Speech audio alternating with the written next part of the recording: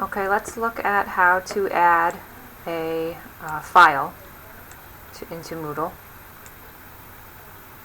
So again, you want to make sure editing is on. You want to get to the unit that you're interested in adding it to. Click on to add an activity or resource.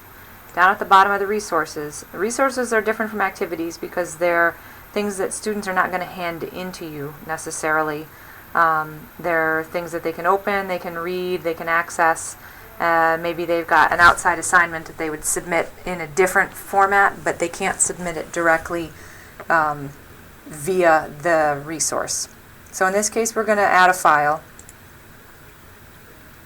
Click Add, and this explains some general uses of files as usual.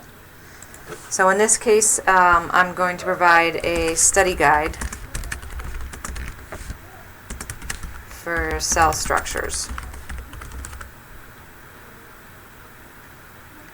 And my description in this case isn't generally going to be seen by anybody, so I'm just going to put that there. You have to add something because it's in red.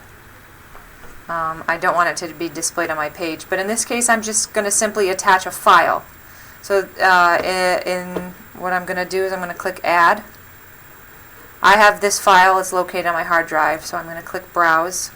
I have it on my desktop as a Word document. It could be a PDF, it could be a PowerPoint. I'm going to upload.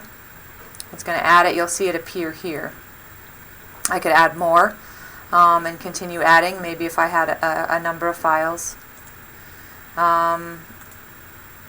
So how I want it to appear, I might want it to automatically just show up. I might want it to pop up in a separate window. I might want it to be embedded. So you can kind of play with what you like as far as that. I'll just leave it at automatic, but there's some pros and cons to the other ones. As far as the common module settings and restriction of access, I again generally leave it. Activity completion, for this I typically allow the student to mark it as complete, but you could, again, upon viewing it, if they view it, then the computer marks it as complete. But in this case, I actually prefer to leave it. Now, what's curious about this is if you save and display, it doesn't look like a whole heck of a lot. There's a link here. This is how it looks when you click on that. But if we go back into the course and kind of take a look at it now that it's been built,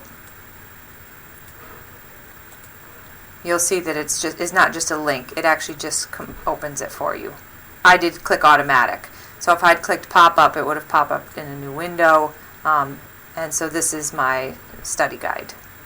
And maybe this, is an image from their textbook or whatever it might have been.